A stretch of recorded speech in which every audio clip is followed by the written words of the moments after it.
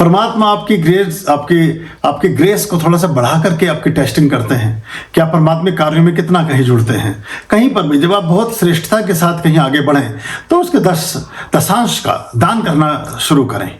जो भी शुद्ध आय है, ऐसा मान के चलें कि आपकी शुद्ध आय 100 रुपये है, तो 100 रुपये में से 10 रुपया किसी श्रेष्ठ कार्य में, परमात्मा के कार्य में, कहीं पर भी, कोई हमें भेजने की जरूरत नहीं है। हम तो लोगों को मना करते रहते हैं, हमें जब जरूरत होगी तो आपसे बता देंगे हमें जरूरत है, आप भेज दें। तो लेकिन कहीं पर भी उसको किसी श्रेष्ठ कार्य में लगाएंगे तो उसकी गुणवत्ता और अधिक बढ़ती जाती है। ऐसा समझे कि परमात्मा ने सोचा कि ये व्यक्ति 10,000 रुपये महीना का आदमी है और उस आदमी ने कुछ अच्छे करते शुरू किए, उन्होंने उसको 20 कर दिया। वो फिर श्रेष्ठ कार्यों में लगा रहा, उसकी अच्छाइयां बरकरार रही तो 20 के 40 हो गए। वो निरंतरता के साथ अपने अच्छे कामों में लगा हुआ है तो 40 के 1 लाख हो गए, 1 लाख के 4 लाख 5 लाख, वो बढ़ता जाता है।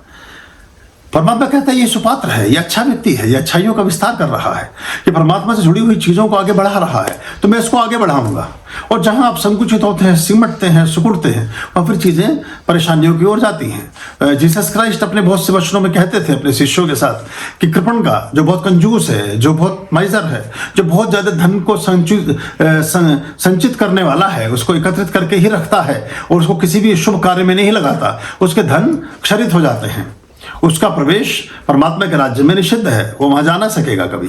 तो इसलिए कहा गया। तो उदारता, लक्ष्मी उदारता से बढ़ती है, सदाशयता से बढ़ती है। आपके पास 1 रुपया है, वो 1 रुपया आप मुझे देते हैं, मैं 1 रुपये की टॉफी खरीदता हूँ, टॉफी वाला उससे 1 रुपये का रबर बैंड खरीदता है, रबर बैंड वाला उससे 1 रुपये का चिप्स खरीदता है, कोई चिप्स वाला उससे मूली गाजर सब्जी। वो 1 रुपये का सिक्का जब 50,000 लोगों के हाथ से होकर के गुजरता है तो 50,000 रुपए की चीजें खरीदवा देता है। सिक्का 1 ही रुपए का है, वो 50,000 रुपए की कीमत हो गई उसकी, क्योंकि उसने हर व्यक्ति को 1 रुपए का सामान खरीदवाया। और जब उस एक सिक्के को उठा करके तिजोरी में बंद करके रख देते हैं तो उसकी कीमत 1 रुपया भी नहीं रह जाती।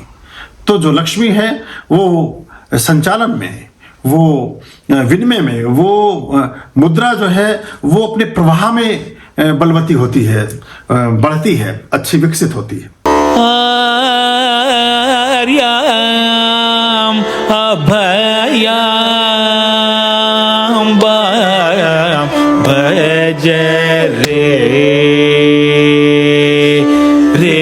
चित संततम